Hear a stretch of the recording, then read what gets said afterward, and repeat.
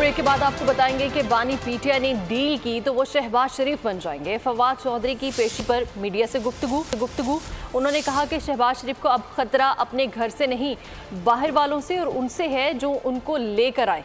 पाकिस्तान में जो हालात चल रहे हैं, इतने बहरानों में हमें संभलने की ज़रूरत है। आइन मौजूद है, किसी नए चार्टर की ज़रूरत नहीं। एक सोशल चेंज आ चुकी है पाकिस्तान में। जिस तरह से वोट पड़ा है वो आप सबके सामने है।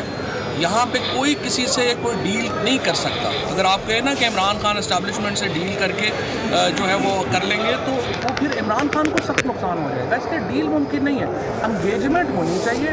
डील जो है वो आउट ऑफ क्वेश्चन है।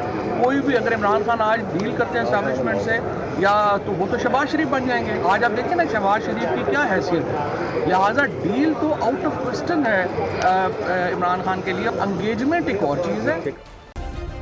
सब्सक्राइब करें और बेल दबाएं ताकि कोई खबर रह न जाए।